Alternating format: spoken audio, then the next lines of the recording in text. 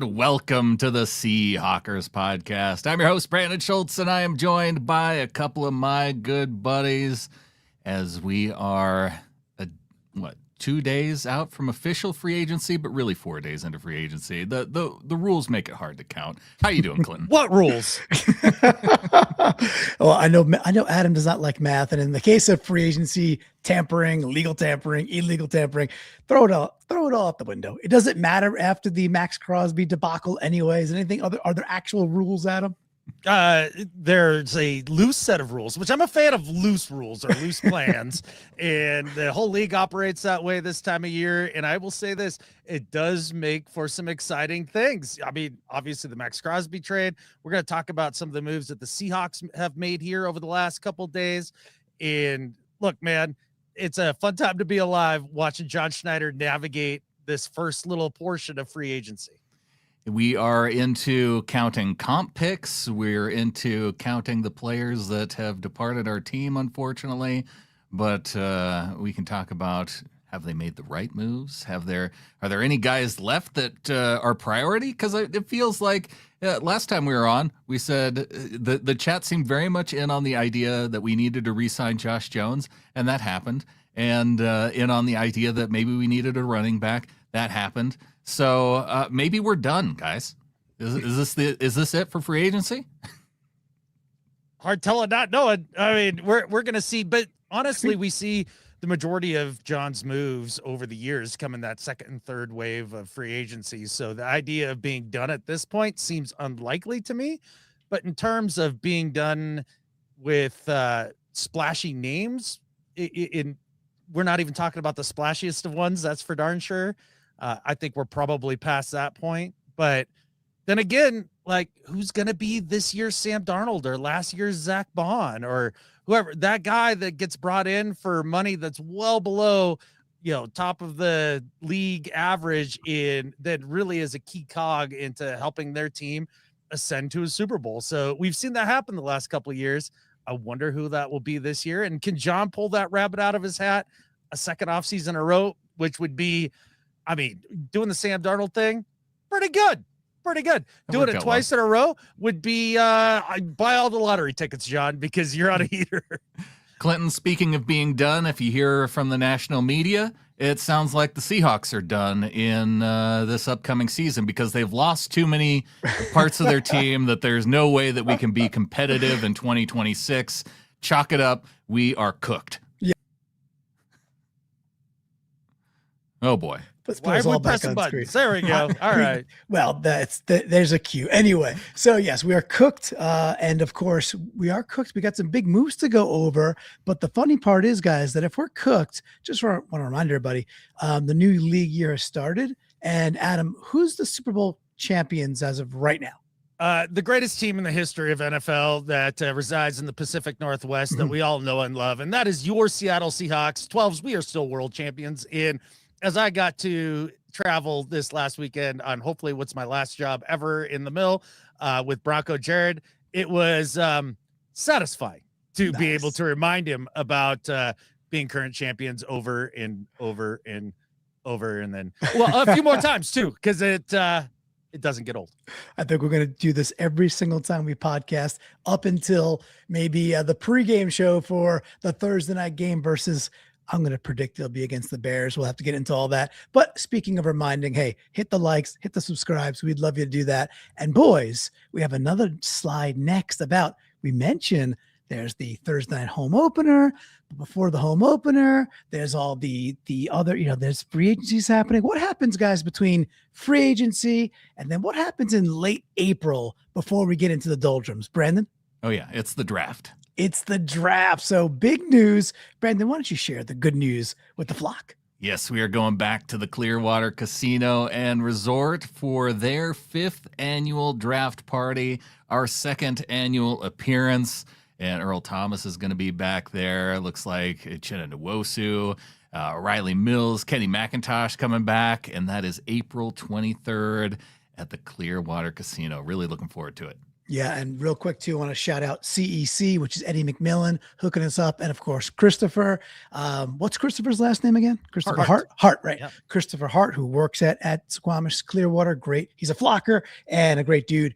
So I want to give them a lot of love. And so I've heard through the grapevine, guys. I can't say who yet, but I heard there's certainly another Seahawk or two that are going to get people, I would say, really fired up. So can't leak that just yet, but you haven't even leaked it to us. I know, that's how secret it is. What is this nonsense? Well, I can't do it now. I can't do it live. I'll text you guys later. It's okay. Just say it now and we'll bleep it out. This isn't live or anything. Don't worry about it. Yeah, it's just us and our closest so far 40 friends. Yeah, here we go. I was told not to, so I shan't. But tickets are now available, and it's a good time. They do all sorts of raffles and everything else, and it's just a party. And last year was really, really fun with the 18th pick and everything else with Gray Zabel. Brady Russell was there last year, and several others. This year, guys, I would think the vibe being Super Bowl champions. If picking 18th was fun, Adam, how about picking 32nd? How's that feel? It feels fantastic because of what you mentioned earlier about that whole Super Bowl thing and all of that. But I think you said there'd be another name that get people really fired up. Like I'm looking at this list. I mean, obviously Earl. I mean, yeah, sweet. And then Cheddar, would love to be able to chat with him for a second. And then I think what I'm most excited about is to see if Riley Mills' bicep is as big as my head, because I think it might be. Man, a new thigh arms, Brandon. Hey, if that's what Adam is looking forward to, then I guess I am too. Yeah, it's going to be fun. All right, so that'll be cool. Get your tickets. And we have a lot of news and notes. So, guys, I queued up everything. I forgot. Man, I feel shame. I forgot to put a Josh Jones slide together. So, Adam, I know Josh Jones is very meaningful for you, meaningful for our entire Seahawks. I don't know what the numbers are yet. I think it's another 1-year deal. But when that came across the ticker, Adam, how fired up were you to know that we got at least our swing tackle back in the 2026 season?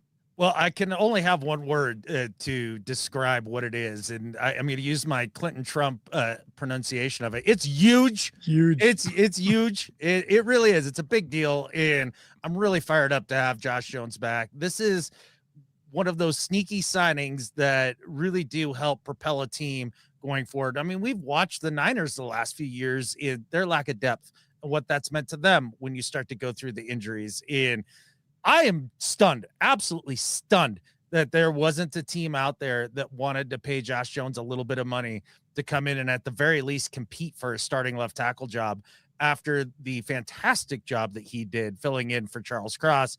I think this is an extremely impactful signing. And while not a starter, not a big name, all of that, man, Mike talks about the 70 all of the time. And Josh Jones is a massive part of that 70. Yeah, and the reason why you don't remember the numbers because it wasn't reported, Clinton, that he made $4 million last year. It was just announced as a 1-year deal, which means that it's probably not anything necessarily noteworthy. Maybe coming back for, I would say, probably about the same as last year. That sounds good to me. I think I did see something about $4.5 million, which would be about the same as last year. Every single penny of that, 100% worth it. Man, and you guys talked about it last time, glowingly, really nicely, saying like, look, if not for him, down the stretch, people forget Charles Cross got pretty dinged. He was out for several weeks and he got his extension. And during that time, there was these conversations of like, man, Josh Jones is just straight up holding his own out there as a left tackle when we were going down the stretch playing some quality teams. So it's so huge signing. I'm very, very excited about it. I got a very good friend named Jordan. His actual name's Michael Jordan. Went to college with the guy. He lives in Austin. And he's a big Giants fan. And I saw the Giants re-signed Evan Neal. And as I was texting him, I'm like, hey, man, like, did Evan Neal like play a sneaky good season or something like that? He wrote back, no. He was like, no, they just got him on a vet minimum deal. You know, they got him back just to see like maybe they could do a reclamation project. So Adam, to your point, like a team like the Giants couldn't use Josh Jones at $5 or $6 million a year. I think there's probably 10 or 15 teams that could have used his services. So I'm thrilled that he's back. Giants, Texans, Dolphins, maybe Niners if Trent Williams retires. I mean, True. The list goes on and on and on. It is really just a coup that John Schneider has been able to keep the Josh Jones secret to himself, because it's a valuable piece for all of us going forward, no doubt. Thanks to the fans, all of our Seahawks fans who didn't leak the information on Reddit, get super excited about him during that stretch of games, so that way he could fly under the radar. Quietly ours, very, very nicely. All right, another new Seahawk who is now kind of quietly ours, guys, and there is some buzz about this. Emanuel Wilson, the running back from the Packers, 2 years with the Pack, and now maybe 3 years, but now he's over to our Seahawks for only a paltry $2.1 million. He's a pretty big dude. Brandon, what do you think of Emanuel Wilson, man, with, I guess, what was out there, and how do you think about his fit? By the time the Emanuel Wilson deal came along, the list of names available for running back had become pretty short. And so, I think that he's not a burner. He's a guy who he plays with, it's probably, I don't know, a light version of Algier.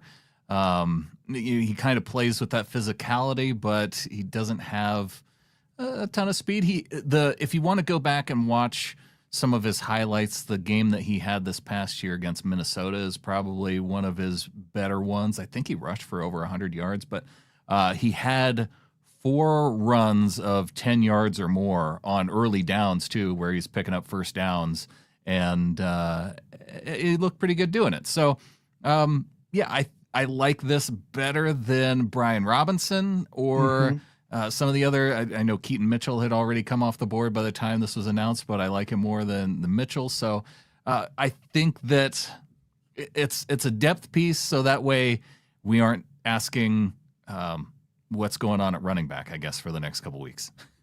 Yeah, to me, this kind of feels a little bit like a placeholder. I mean, Emanuel Wilson is I don't know, league average starter? Yeah, he's a professional running back. He's a professional running back. He runs toward the hole. He's like Brian Robinson, or who's the Tampa Bay guy that Clinton hates. Clinton's whipping boy. Oh, Rashad White. Rashad White. He's better than Rashad He White. runs toward the hole, and he's not going to do like a whole lot of extra stuff.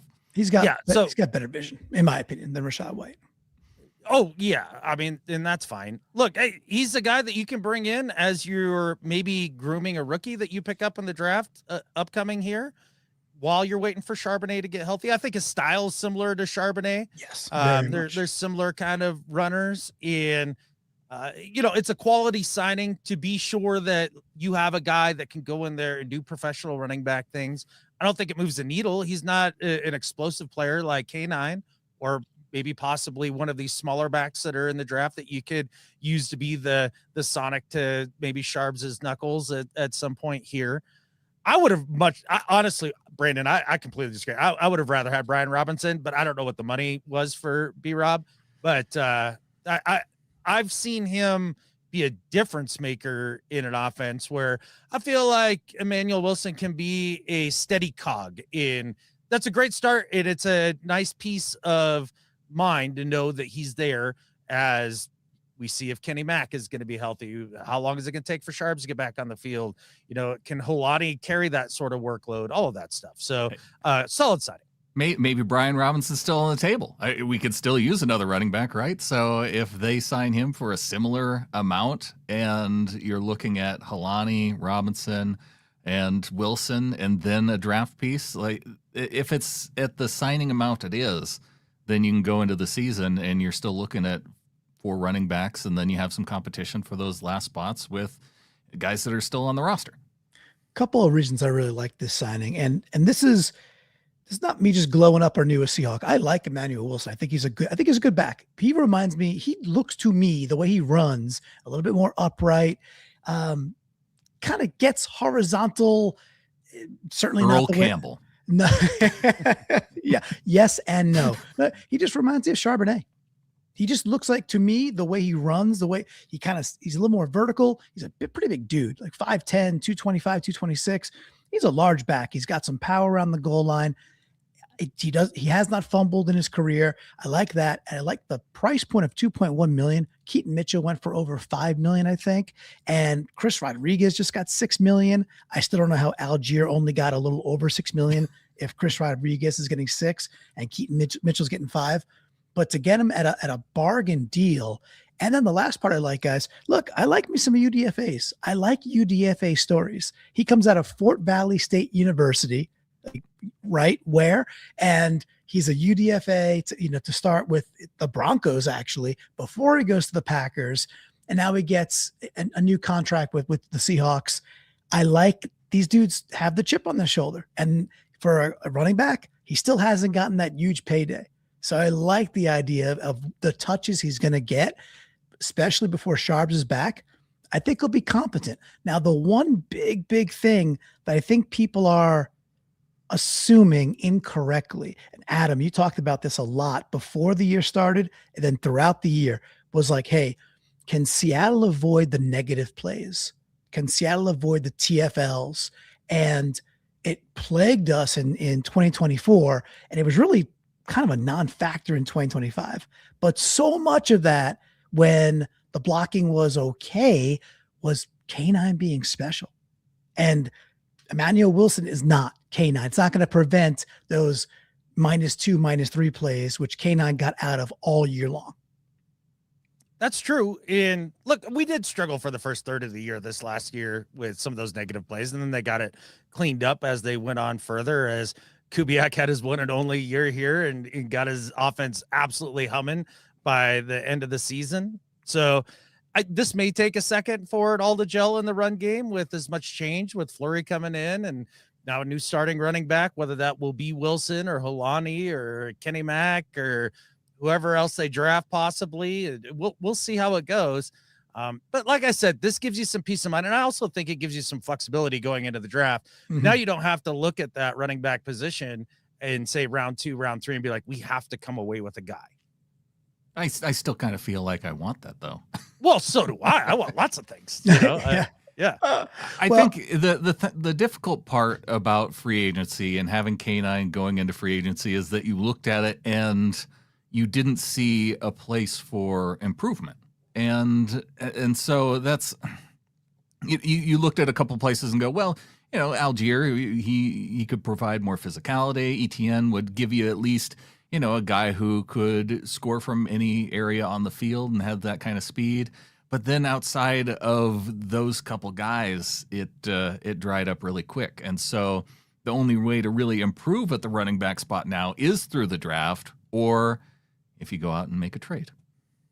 So we get the trade done. And at the very bottom there, John Boyle had a tweet saying that Schneider confirmed the trade. Cool. But the other part, he also praises the play of George Holani, sounding like he might have a bigger role in 2026. And I want to remind people that the MVC of Super Bowl 60 was none other than George Holani. So Brandon, in your world, if it's week 1, let's say we draft a dude, right? But it's maybe 3rd round, maybe 6th round, maybe 2nd round, whatever. Let's say for whatever reason, the draft guy that we pick does not work out, you know, whether it goes the route of Martinez or simply is not ready for week 1. Are you okay? Holani as our RB1 and Wilson as our RB2. Are you okay with that? Okay. I suppose the reason why I could say I could be okay with it is because having an explosive run game wasn't critical to our success early on in the season last year. And so I think they could find a way to get by as long as they can still stick with the run the same way as they did early on in the season to set up the explosive plays then through the passing game. And, you know, we also got our receiver who, Rashid Shaheed, who can take the ball and do some things in the run game too, who would then maybe be the most explosive player that we have to hand the football off to. Interesting. So I like that. Adam, how about you? Would you be okay with that mix? And I like the point that Brandon made that, hey, maybe she just gets some tosses left and tosses right because he'll be the fastest dude out there. I'm not excited about wide receiver being your best, you know, gadget wide receiver being your best explosive runner. Like, it can work, and there's things that you can do. I do think that it gets a little more difficult as an offense to function that way. But am I comfortable with that mix in terms of the running back room? I will be comfortable with that mix if we can find a way to upgrade at right guard a little bit.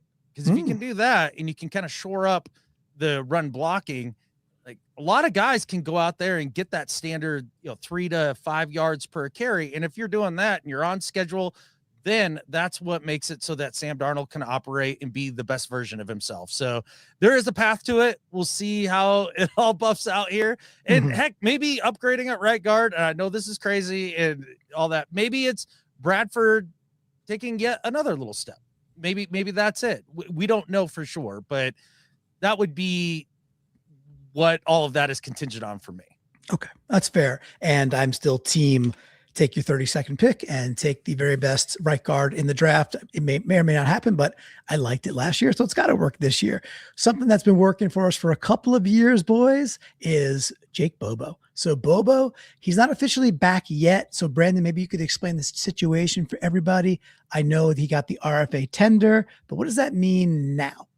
It means that he has been given the tender, and then the player has to sign the tender for it to be official, which is, it can be kind of a formality, I suppose, but I don't think that they necessarily have to sign it until I want to say May, but they gave him an opportunity to go to free agency, and it sounds like since he's coming back that he didn't find any better deals, so he's willing to sign that restricted free agent tender. And one question is, so since it's an RFA, he can receive offers still, though, right? That's how that works until a certain time frame. Right. Yeah, and it would be the lowest amount tendered, and then all we would have the opportunity is to match that contract. And if he ends up taking a higher contract, then you get no comps at that point. We wouldn't get anything back, but it's unlikely considering if he got to the start of free agency and wasn't getting offers, then got it. So it's probably going to happen, but we also thought Maxx Crosby was a Raven by now. But Adam, looks like Bobo will be back. I think that RFA level is like $3.5 million for Jake Bobo. So assuming he's back, let's have some fun with it. How do you feel about Bobo being back in our lives? Yeah, I think it's a pretty safe assumption to start with, because as Brandon pointed out, if he was going to get one of those bigger contracts, you'd think it would have already kind of floated out his way to this point. Look, Bobo's a great depth piece. Bobo's a good blocker. Yeah. Bobo caught a touchdown in the NFC Championship game and does some clutch things every now and then. And look, he's a great guy for the locker room as well. People really do love Bobo. It's not just the fans. And he's a great piece to have back. If you can keep part of that culture around, and that's a little bit of what Jake Bobo represents, then you do it, especially at these sort of prices. This is great. And hey, maybe it's better that we didn't actually feature more Bobo all season, because it allowed us to bring him back here for this year. Still a young dude. And as Kupp gets into what might be his last year as a Seahawk, hey, maybe a little bit more Bobo throughout the year. We shall see. But you said the word culture, and there's another signing from today that is special teams all day long, certainly culture, and that is Brady Russell. So Brady Russell re-ups and re-signs. Adam, I'll toss it to you this first time. We got to meet Brady and his lovely wife at the draft party last year. They were hanging out. They were excited when Gray Zabel got picked. Culture-wise, special teams-wise, the emphasis again on being elite at special teams. What's that do for you, Adam? Hey, look, Brady Russell has been a favorite of John Schneider from the word jump. I mean, he talks about Brady Russell a lot when they bring up tight end room or whatever, and we're talking about Oots and we're talking about Barter and all that. It's like, well, yeah, I'm Brady Russell, right? Maybe it's just the hair. I don't know. But look, he's a versatile player, and having a guy that can come in and continue that standard at special teams and uphold the culture, that's a big deal. And the idea that John Schneider and Mike McDonald look at special teams, and they clearly highly value the production they got out of that group last year, because I'm sure we're going to talk about the long snapper here at some point today as well. And I just think it's great, because I think that's a inefficiency in the league that the other teams haven't quite caught on to completely, that John is exploiting. And it really did give us a leg up this last year. Yeah, you see it with Brady Russell. You see it with the long snapper signing a 2-year deal. You see Rashid Shaheed getting the pretty decent sized contract for a receiver. So the emphasis on special teams has kind of been the story this first week. Yeah, for sure. Brandon, why is he lifting a Gatorade jug on the bottom right corner there? Why is he doing that? Because we won the Super Bowl. Oh, because it was Super Bowl. Okay, right. No, he hates lime. Poured it out. This stuff sucks. You smell like yellow Gatorade. And then I did want to point out real quick that I put the couple on screen there because, I mean, look at the outfits. Look at the fits. I mean, she's got the denim on with the blue and the green. But guys, did you notice the shirt? The shirt Brady Russell, Brandon, did you notice the shirt Brady Russell's wearing? Oh, I Can you make it out? No, I can't make it out. Adam, can you make it out? No. It looks Seahawks related. It's a Brady Russell shirt. Okay, I thought that might be him. I don't know. I'm pretty sure it's Brady Russell wearing a Brady Russell shirt, signing his contract. This is full Inception. We must go deeper. And I wanted to call that out because I think it's absolutely amazing. So good job. So Brady Russell comes back. We like that. Another one, guys, another big signing, or at least a big man. Look, I'd say this. It is on screen. It's Brandon Pili's back for another 1 year, $2 million deal. And Adam, the consternation of whether Jonathan Hankins is going to play, we don't got to worry anymore because we have the dude who actually played in 2025, Brandon Pili, our nose. He's back. He had a nice season. He really did. For somebody that, man, were we even sure he makes the roster last year at this time? Or No, going into the season? Yeah. Yeah, probably not. And he actually came in, was an impactful guy in terms of doing his job, having a couple nice plays here and there along the way. And I think the thing that's extra important about this is, Jaron Reed isn't getting any younger. Right. So to have a rotational guy, to keep him fresh, to keep Mike McDonald, to be able to turn his defensive linemen loose because they're fresh, that's a big key to his defense, and having your front four being able to produce at a high level, snap in, snap out. Brandon Pili's a nice piece to that. And especially when you're talking about $2 million, like, heck yeah, man, this is great. Yeah. Brandon, what do you think, dude? It just reminds me that because you mentioned Jonathan Hankins, and he went on the radio today and was talking. They were asking Jonathan Hankins whether or not he thought DeMarcus Lawrence would retire or not. And I'm very annoyed by this narrative that seems to be persisting through these last couple of weeks, that just speculation randomly that Tank Lawrence might retire, and that we're waiting for him to announce that he's coming back. There doesn't need to be an announcement. The dude is going to come back to the Seahawks next year. Yeah, that'd be my like I hate even putting it out there right into the universe. Like, Sam Darnold hasn't announced that he's returning and not retiring this offseason. Well, do we need every single player to announce their intention to return? Yeah, you're right. In a world where 27-year-olds are deciding to up and retire, sure. But I don't want that even being spoken about. And I actually did hear, I think it was Jeff Simmons talking about it. He said a move he would do. They were just kind of playing GM.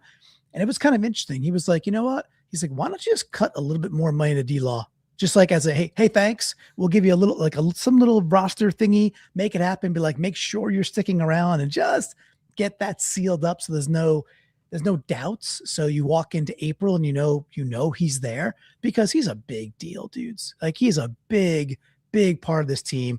We just lost Mafe.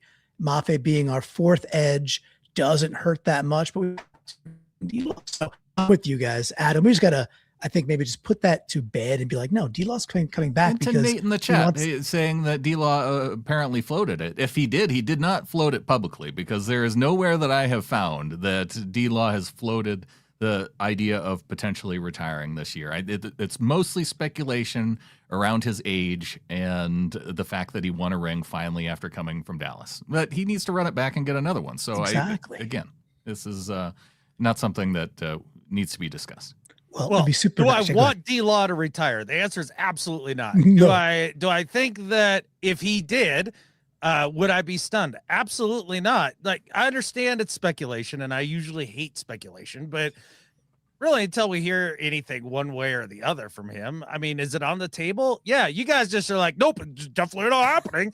Well, okay. I mean, maybe. That's definitely something that you think but it's not something that if you know what I'm saying. So at the end of the day, if D-Law wants to retire, dude, nothing but a golf clap and a thank you for your service. And I hope you enjoy the hell out of the rest of your life, man, and enjoy that chip. If you want to come back and run it back and, be a guy that's a contributing, not just a contributing cog, but one of the main cogs that really gets the second of our 3 championships in a row put in the bag to like cement our legacy as a dynasty. Heck yeah, man. Let's go, baby. Yeah. Well, I hate the first part of what you said. Love the last part. Need him back. He's a huge piece of this team. So hopefully this is why there. we know Adam is because we don't want it to happen. I Exactly. don't know how you understand what the issue is with Clinton and I trying to speak this into reality. Non-existence. We don't want it out there. All right. Well, we did mention Chris Stoll earlier. Not retiring. Chris not Stoll. retiring. A 2-year deal. Adam, we know that he's back. Brandon, Chris Stoll. Hey man, when you get the most points ever by your field goal kicker, well, then the dude who gets the ball has got to be pretty important. Yeah. Yes. Oh, yeah. Yeah. I asked both of you. Yeah. My bad. Okay. Well, at the end of the day, if Myers had won the MVP in the Super Bowl, he'd have had to split it with Chris Stoll because long snapper's an important deal, man. I know, like we joke about all the time on the show, or we have in the past, the idea that you're only a real fan if you know who the name of your long snapper is on your team, right? Like you need to know that part there. But I can't remember what team it was 5-6 years ago, guys, that long snapper got hurt. It turned into a disaster for like 2 weeks for them before they could find a guy to just do the basic thing. And especially, what a thankless job. Like, you got to zing that ball all the way back there on the money. Perfect every time. There's no room for error, and you are expected to crush it and then just get mollywomped in the face by some massive human being. That's a difficult task. And Chris Stoll has been, did we mention his name all year? The answer is no. And because of that, give that man a raise. Like, that's exactly what you want from your long snapper. Beautiful. I feel like we mentioned him at least one. Didn't he have a tackle that was noteworthy? I feel like he had a good special teams play that was particularly good this year. Is he out there like at least one to make tackles? I don't even know. Either way, again, I'm not sure. He's not out there to make tackles, and so when he did, I feel like we noticed it. There we go. All right. Either way, he's back. We're excited about that. So when him and D-Law run it back together, we could be celebrating picking 32nd back-to-back years at the Clearwater Casino. Hey, Adam, did you know that DeAnthony Bell was re-signed by our Seattle Seahawks today? Did that come across your radar just yet? It had not. And the thing is that I probably wasn't paying attention to it because I just wanted to not remind myself how I became poor betting on him being at the bottom of the safety depth chart.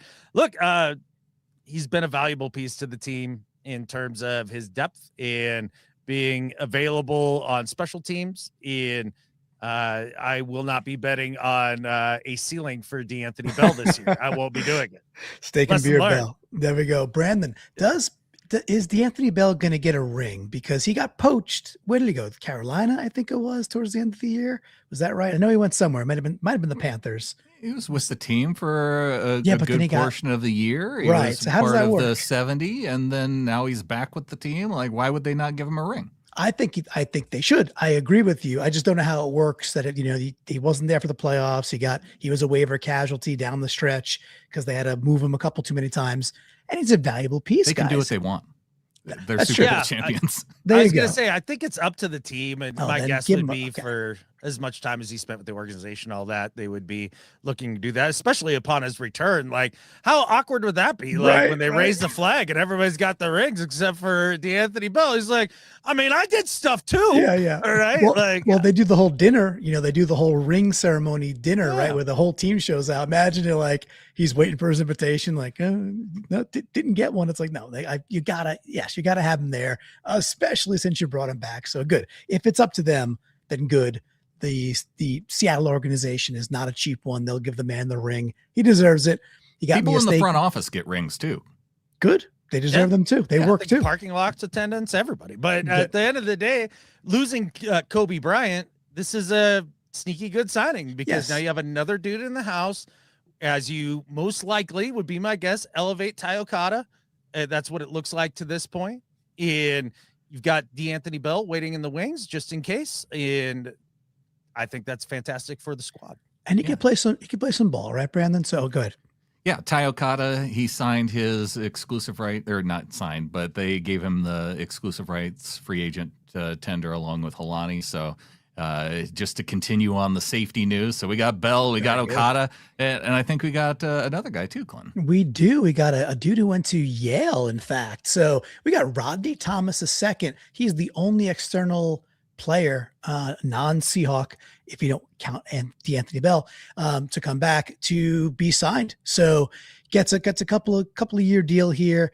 He was a 7th rounder from Yale, drafted by the Colts. And the interesting part was he actually played quite early and then kind of gave up the starting spot and kind of became more of a special teamer. So I think this is depth and who will be, maybe challenging for that backup safety. Brandon is best I could put it. I don't know too much about him. Try to watch a little bit of film, but the dude went to Yale, which is right down the road from me. So that's something, I suppose. Well, we know that Mike McDonald likes smart dudes, and I have to assume that you're a smart dude if you went to Yale. And yeah, he must have just got in under the wire of the Emanuel Wilson signing to be considered the first. So we got 2 guys outside the team coming to be first-time Super Bowl champions once we win this year. Yeah. So Adam, had this crossed your bow just yet? I'm really glad you had a recap about Rodney Thomas II, because now everything I know about Rodney Thomas II, I just learned in the last 15 seconds here. With that said, I am not fully convinced that he is not a lookalike of former Sacramento King Doug Christie. Like, I'm pretty sure he's got a little bit of that. Yeah, he looks a little that way to me, which was great. Doug Christie was awesome. So I think it was his rookie year that that game that was. Remember at the very end of the season, the Texans scored like a last-second touchdown, and because they won the game, they end up. So what happened? Bryce Young went first, and then C.J. Stroud went second, right? That was the order it ended up being in, right? So the ball goes through his hands. I mean, like through his hands, and it ends up as a touchdown. And I think the Texans win that ball game, and they end up in the 2 slot, and Carolina ends up taking Bryce. So the ball literally went right through his wickets. So inadvertently, he basically changed the course for two NFL organizations. So very least he's been impactful in that way. And hopefully he could be an impactful Seahawk, but some interesting stuff there. I didn't know much about him either, guys, but hey, again, if we're going to give our coach and our GM grace, which of course we are, I'm going to give Mike McDonald lots of like, hey, you probably like this guy apparently, right? So Mike is pretty good with safeties usually, Brandon. Yes, and yeah, we don't have the contract details quite yet for what he signed for, but I'm sure that'll come in here later in the week. Michael Knight in the chat saying, and Thieneman from Oregon will be joining the safety room when we draft him. I know that Thieneman is a draft crush among some of our Seahawks fans, that even though he went to Oregon, some of the Ducks or the Ducks fans will like him. The Huskies fans maybe not so much, but once he's a Seahawk, if he's a Seahawk, then we can all embrace him. Yeah, he's been shooting up the boards from what I understand, but I don't know too much about him yet, except for he sure ran fast in his underwear, Adam. I think that Michael Knight misspelled Jennings Dunker. I think that's what he misspelled. I love it. And now that I know Jennings quite a bit, I'm starting to watch a little Jennings. I'm getting into him as well, and I will repeat, I'm still ready, even with Emanuel Wilson. I'm still ready to fall in love with a running back in this draft class and have my crush. So, guys, there was some news that I would say is NFC West news, and one is a departure, and one is a dude coming to the NFC West who I think is a pretty good ball player. Left-hand side of the equation, Kyle Murray, he gone. He signs with the Minnesota Vikings. I don't really care about the Vikings signing so much or the impact to the Cardinals because they already – they missed out on Malik. They said they're going to start Brissett, Brandon, but that Vikings fit is just intriguing to me from an organizational standpoint to bring in not an old dude. Yes, he's a veteran, but he's not an old man. They're bringing Kyler in on a very cheap deal. Does it peak in one way or the other? Well, that's why they're doing it. It's because it's cheap, because they have a young quarterback that had some injury issues last year, and I think the cheapness of it is a big component of this for the Vikings. I don't think that they're going to be announcing him as a starter or anything. I think they're probably going to roll with JJ and just have a decent backup plan, I guess. Not that I feel like Kyler at this point is kind of getting to the backup portion of his career, but also like he could come in and start and maybe win. He's going to push the young quarterback at least. And if he has to start, he's got some nice receivers to throw to.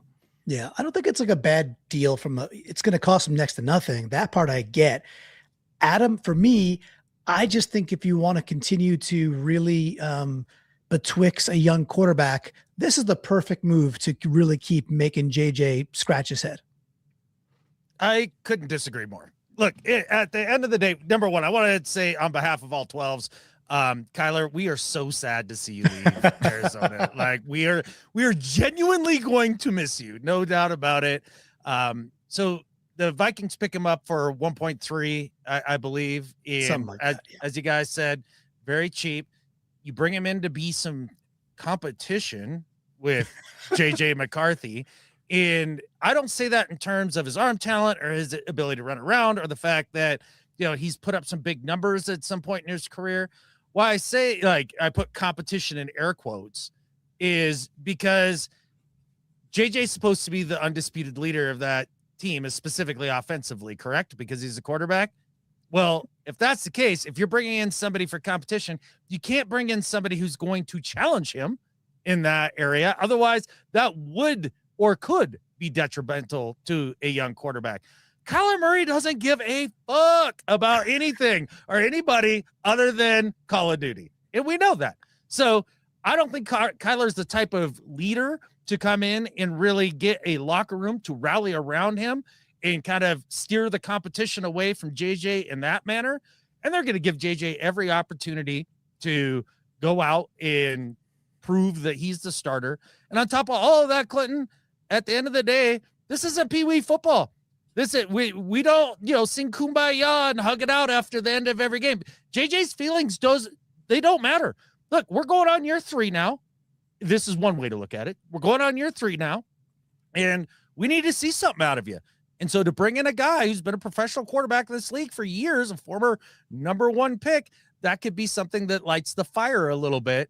None of this should be detrimental to JJ McCarthy and his development. Now, I will say JJ McCarthy's, and I'll go air quotes again, failure so far in like the 7 games that he's played or whatever it is. This is not a JJ McCarthy problem. This is a Kevin O'Connell problem. The man refuses to run the rock.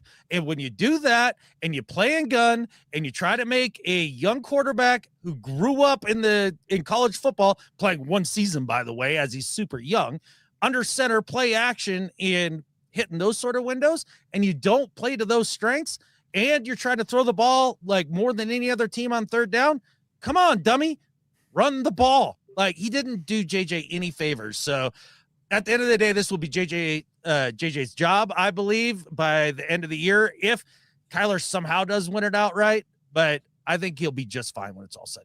Brandon, what do you think? I got a couple things, but I want to give you an opportunity. I already went, so I feel like I've pretty well said my piece on JJ versus Kyler. Okay, all right. So culture-wise, I just think I'm with you, Adam. I don't think he's a good fit, really, Kyler, for many locker rooms, let alone this one.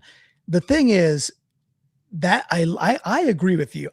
JJ McCarthy went 6-4 as a Viking last year. Just let the guy actually play. And oh, by the way, yes, it's year 3. He didn't have a year 1. He tore his knee. He didn't have a rookie year. So last year was, for all intents and purposes, a rookie year where they went from a 14-3 quarterback, kicked out 2 quarterbacks who got mega deals, and had a rookie. And there were some struggles. But he went 6-4 in 10 games. Not bad. Well, his coach actively stabbed him in the back the entire season with his play call. And I love that part. The part about KOC does not run the ball. You're 1,000% right, and absolutely not wrong. And the froth around this. We know what Kyler Murray is because we've seen him for 7-8 years now. The froth around this from the media side is that he's challenging day 1. He's challenging JJ day 1. And I'm like, why? I know it's $1.3 million. Why would you do that? Why? So I don't care. That's about as much as I could care about the Vikings. But as I texted you guys earlier, I would be welcoming JJ McCarthy to the Seattle Seahawks in 2028, Brandon. Yeah, Milrow's going to be our starter by then. I was So gonna why say, would if you he's- do that unless we need a backup for Milrow? Maybe he's a great backup in Milrow. That's an okay outcome. All right. Is So, there one yeah, go last thing? I just Yeah, yeah. wanted to ask you guys one thing, because I think Kyler Murray was always destined to be a backup quarterback. Is there any better job in the world for him? Think of how much time it frees up for him to play COD. This is great. What do you mean freeze up time? It's just going to be the exact same amount of time. Maybe he can even put more in there. Who knows? Oh, I love it. I Let's love it talk all. about a good player, Clinton, with Odigizua going to the the Niners, man. stupid 49ers, annoyingly. So they make a good trade here. They give up a 3rd round pick. That's pretty good capital. And for folks that might not know, Odigizua, right? That's how you say it. Odigizua. And Osa, his first name. He's a defensive tackle on the Cowboys. They just stacked up they shifted their line a lot, so they had a chance to move him. Apparently, he was also being offered in the Maxx Crosby deal. He was one of the players when they were trying to get Maxx. When that didn't happen. But the Niners are getting a dude he's not a great run stuffer. He's okay-ish against the run, which if you're a defensive tackle, that's a pretty big wart. But he's pretty damn good against the pass. He's actually a really disruptive defensive tackle. So I'd hate to say it, guys. Adam, I'll toss to you. I hate to say it, but the Niners just got better up the middle when it comes to putting pressure on quarterbacks. And I don't like that, but I think it's the truth. I think that is the truth. Now, if your name isn't Aaron Donald or Byron Murphy at this point, how many guys that are good at rushing the passer from the nose tackle position actually make a massive impact on your season one way or the other? Like the sack totals are usually pretty low. Yeah. I understand for his position, he was 3rd highest according to the graphic here from Next Gen in his pressure rate. So what you want out of your nose tackle is stop the run first and foremost, always and forever. Like we need you to do that more than anything. And then if you can generate some pass rush, that's a bonus. I think it's extremely problematic for a nose tackle to not be very good at stopping the run. That's like your number one job. Like we ask you to do one thing, mainly do that. And for a team in the Niners that pretended that they wanted to be better against the run this last year, this is a head scratcher to me, especially for a 3rd. Also coming from a Cowboys team who we've watched Jerry Jones. He's really tried to shore up the middle of his defense by bringing in Quinnen Williams and who was the DT they got from the Packers in the Mike trade? Kenny Clark. Kenny Clark. Yes. Thank you. Just couldn't think of it. And then just recently, Rashawn Gary. Yep. They're trying to get tougher up front, and that's a weakness for them. And they're going to give up on this guy and send him to you. Good point. Yeah, okay. I mean, we'll see. This doesn't move the needle one much. year after he signed a massive contract with the Cowboys. Yeah. I mean, not massive, but pretty big, like $20 million a year, which is pretty good for an interior defensive lineman.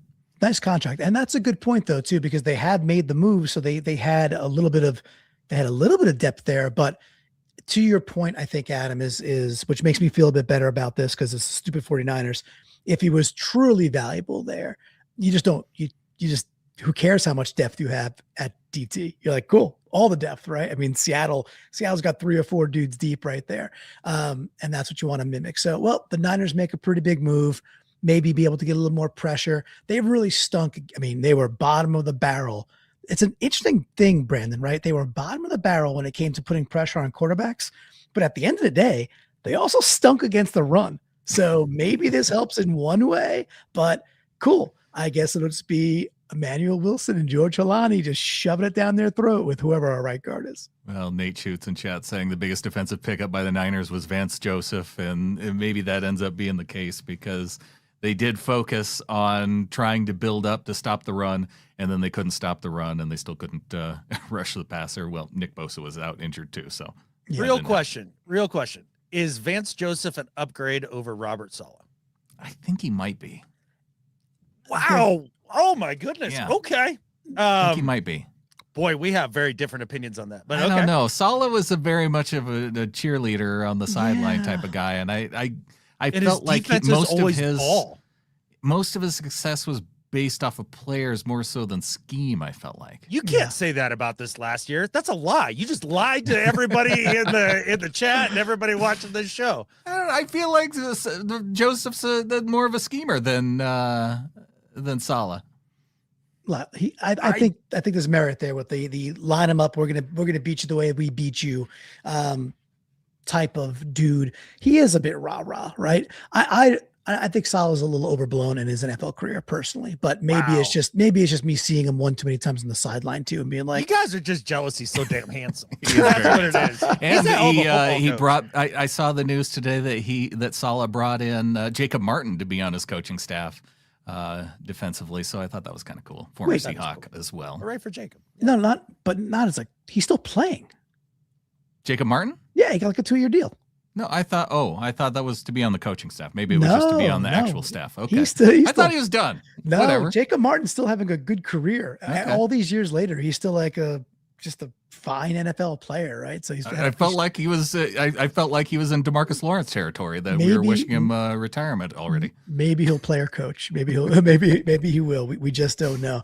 Well, guys, I think that was all the news. Were there any other tidbits or things you saw or things you wanted to bring up? I think we ran the gamut of all the Seahawks news. I mean, you touched on the Maxx Crosby bit if you wanted to hit on that. Oh yeah, I think that's a good topic. Yeah. Okay. Yeah, we can go there because we had Marlin85 in the chat saying so. With what just happened with the Ravens, are any of you still interested in the Hawks trying to get Maxx? Clinton, why don't we start with you? Yeah, hell yeah. Yeah, because I don't believe the Ravens doctors, right? A couple of weeks after meniscus surgery, and did they really see something? No, I don't think so. If I have to just put my suspicious goggles on, I think they took an out that was available to them because of all the hazy subjectivity that comes along this time of year. And they thought it was a better deal to sign Trey and keep their 2 first-round picks. Cool. We have the 32nd pick. So if we want to package a 32nd and a player, I'm more than good with it. Maxx Crosby is a special. I texted my friend OPP today. I said, can you imagine DeMarcus Lawrence, because he'll be back, Leo, Byron Murphy, and Maxx Crosby as your starting 4? Just what is that worth to you? And to me, at least a 32nd and probably a bit more. Adam, I don't know about you, bud. Wow. I find it really interesting how a lot of folks out in the punditry have completely dismissed the idea that there's nothing to be seen with Max's knee. This is just the Ravens deciding they want an older player in Trey Hendrickson for a year rather than Maxx Crosby for 4 years and giving up 2 first rounds.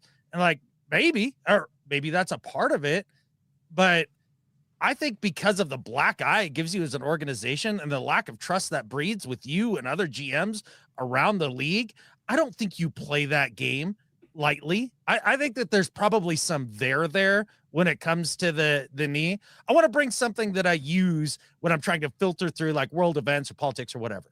And there's 3 categories of things. There's things that you know, there's things that you think you know, and there's things that you believe are true. I'd say the idea of his knee being just fine and that the Ravens didn't see anything at all falls into I believe that's true. But the other part of it is that the Seahawks are known to be relatively strict on their medical part of things, or at least they have been in the past. That makes me wonder about exactly what would happen here if they tried to get a trade done with Maxx. And does this failed physical, which it could be BS too, it could be, does that bring the value down for Maxx Crosby to where you don't even have to pull the 32nd pick? Well, here's the thing. If I think the value comes down just by the nature of what occurred. So, and not only that, now I think you have a little cover as an organization, because if he comes in and you take a look at his knee, you can still fail him too. And in fact, that if you're the second team to fail him, then they're going to go, oh, well, maybe there is something there that other teams, maybe the Ravens weren't crazy for failing him. And so as an organization, you don't lose any of that that goes along with what that skepticism that I think the Ravens GM is being looked at right now, especially right after he signs Trey Hendrickson, because signing him versus giving up 2 first-round picks. I don't know, Adam. I don't buy the idea of, we were going to bring both of them in, and that's who we were going to have for our edges. I doubt that. why would you even skeptic? I don't know. I think people are downplaying the consequences for the Ravens over the next 5-6 years in terms of dealing with other teams, and how as a GM you can't risk your word that way. You just can't do that. This puts a stain on DeCosta's name, and it's going to make people probably not want to do a deal with him during the illegal tampering period ever again. And so that's a big risk to take with your future to be able to build rosters, just because you changed your mind. These guys, how I guess I just don't understand how they suddenly changed their mind after agreeing to it. Like Trey Hendrickson was always out there. But I think they thought, if I'm playing it forward, I think you're sitting there going, all right, Hendrickson's going to be gone day one, and he's going to get 30-something million from somebody. And then it didn't happen. It's day 3, and you're like, we could still sign Trey and keep our picks. And we think that's better for our deal. Because I think also if you take away, the Ravens just fired their coach. And yes, they still have Lamar, right? So you're in it because you have a quarterback. Cool. Are they actually knocking on the door of a Super Bowl? Are they a Maxx Crosby away from a Super Bowl? I don't think so. So I think building a team wise, this is not the Ravens from 2-3 years ago. We're like, we had Maxx Crosby, we're beating the Chiefs and whoever else we got to beat. We're getting to the Super Bowl. I don't think they're there. I think they're on the descent. So I think that is part of it, Adam, is that they looked at it and said, no, this is better for our deal. I agree with you that it's a valid point about DeCosta. Like if he did that, knowing it's going to just absolutely scuttle his reputation, versus being like, no, we actually saw something and I'm going to just stand on principle and we're going to make a pivot. I'm not saying it's not possible. I just think something stinks in Rotterdam there, Brandon. It's possible. The last time that this probably happened in Seahawks land would have been when the Seahawks traded Kenny Easley to the Arizona Cardinals at the time. And he ended up failing his physical, and rightfully so, because his kidneys had big problems from taking Advil, loading up on Advil. Yeah.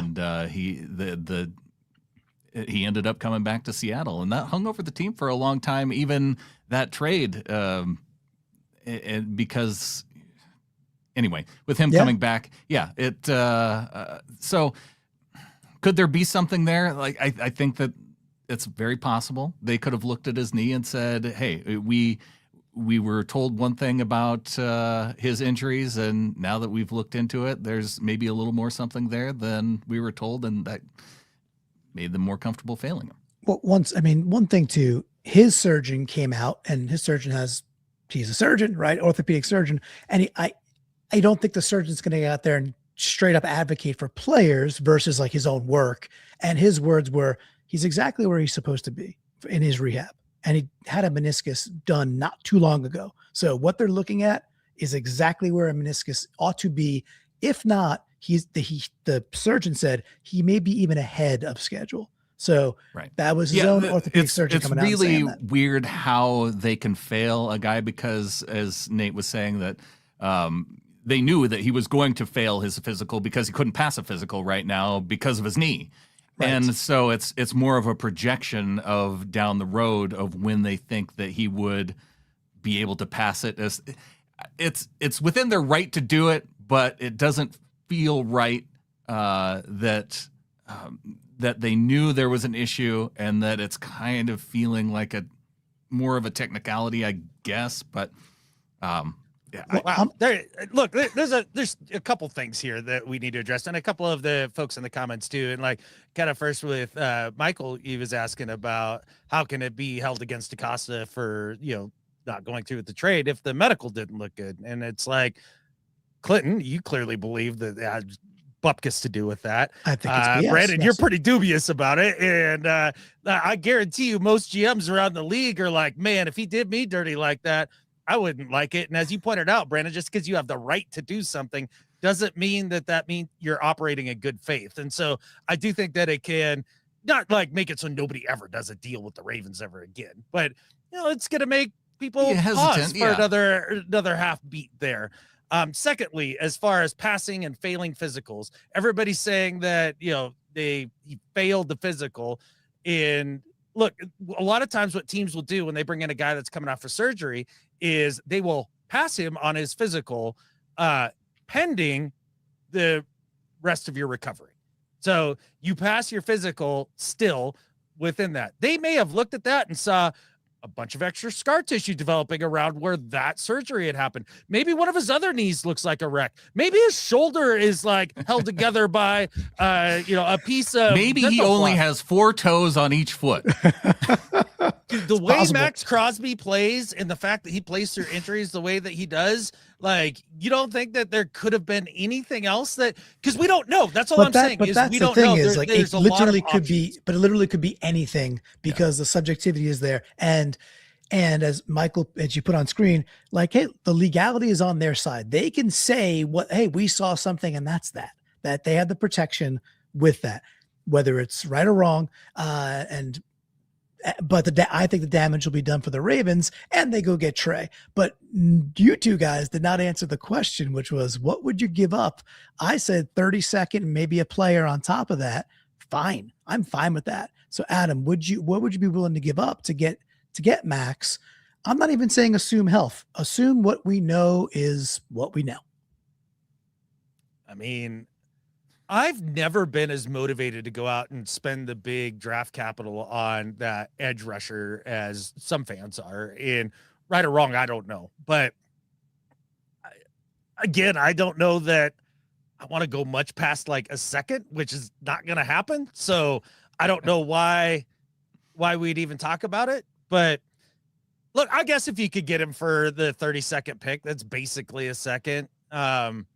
Okay, I just don't understand what we're going to do cap-wise with Max's number moving forward. That's the part that kind of gets me where I'm like, for a guy that plays like he doesn't seem one that's going to play into like his mid-30s to me, right? Like those candles that burn super bright, they burn super fast. And to me, that's Maxx Crosby. I mean, I don't know if you guys feel different or not. Yeah, so I mentioned the Kenny Easley thing earlier. The other big trade that was, well, it wasn't even a trade at the time. It was a signing. It was when Drew Brees went to Miami and the Dolphins were looking to sign him in free agency. I think it was free agency, right? After leaving the Chargers, he wasn't available for trade. Oh man, this is blocked from my memory. I forgot that he went to Miami and they failed him on his physical before, and he ended up with New Orleans and ended up being super healthy. He had shoulder issues right before that off season, and so Miami, their doctors failed him. He ends up going to New Orleans and doing well. I have a feeling this ends up being more toward wherever he ends up, whether he ends up staying in Vegas, whether he ends up getting traded to another team. It feels more toward the Drew Brees side of things to me than the Easley side. And so to answer your question, I would feel comfortable giving up this year's first and next year's third. Okay, I like it. Thank you for giving the answer there. And to me, I'm also, look, we just proved that you don't have to have the 15 sack guy to win a Super Bowl. We just proved it. We demolished teams all year long and got stronger down the stretch, and then had a laughable Super Bowl when you look at it. So Adam, I hear that point. With Maxx though, it's also, to me, it's just like the dude he's like getting another D-Law a couple of years younger with more sack ability, but he's just like, and he's a great run defender. He's an insane run defender. Like, he gets so many tackles for losses. He's such a good edge player. He's not just a rusher. He is like the epitome of, if you have D-Law and Maxx, you might have the two best edge players up against the run in the entire sport.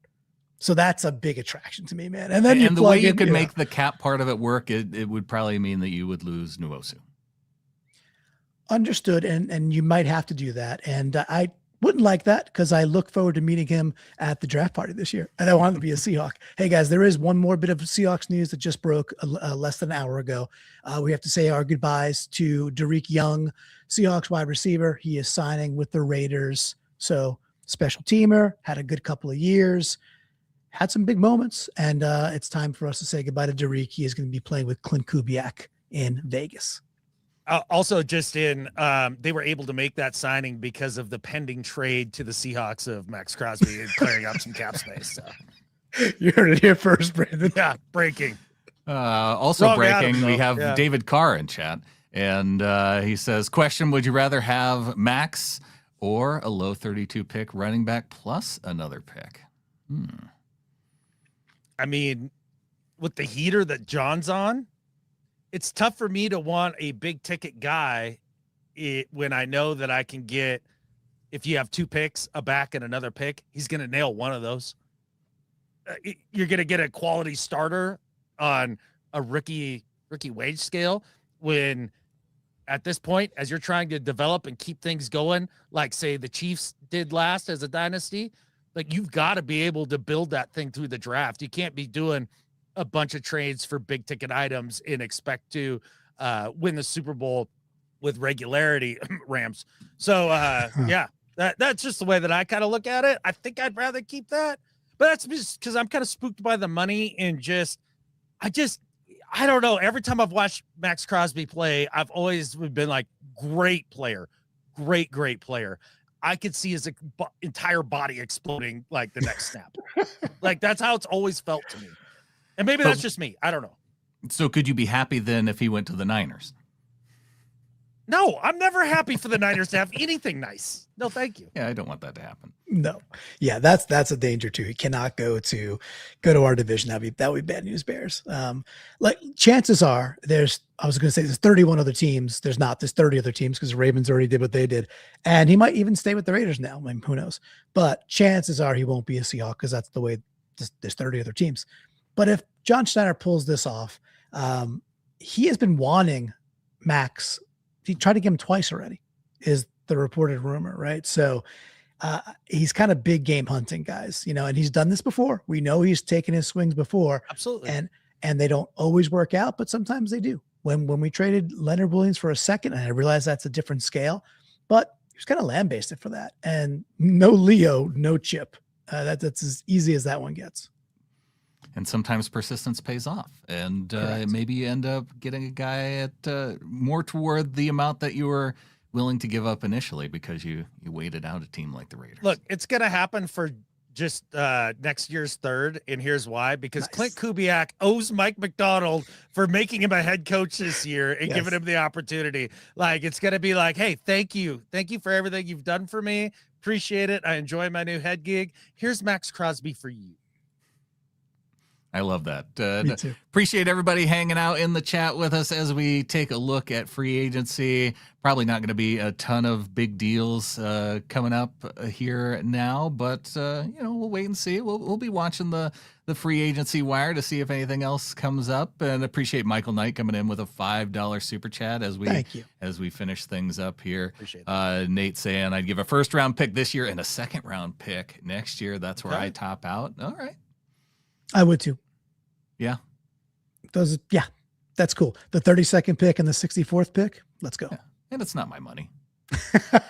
Yeah, I know, but the cap is only so big, But it grows.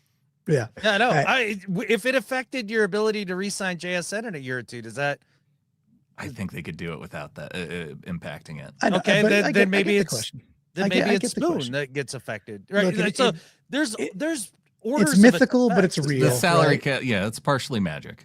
It's partial magic, but it is real, and you can only kick the can so much. I guess, guys, it's just I understand there's team building, and I get that. And John Schneider has been on the last 4 years have been really, really. I mean, the drafts are sensational. Look, we just lost half of our draft class from 4 years ago. That's how good it was, and they're all getting and we're resigning our dudes. So he's been on an absolute heater draft wise. I get that.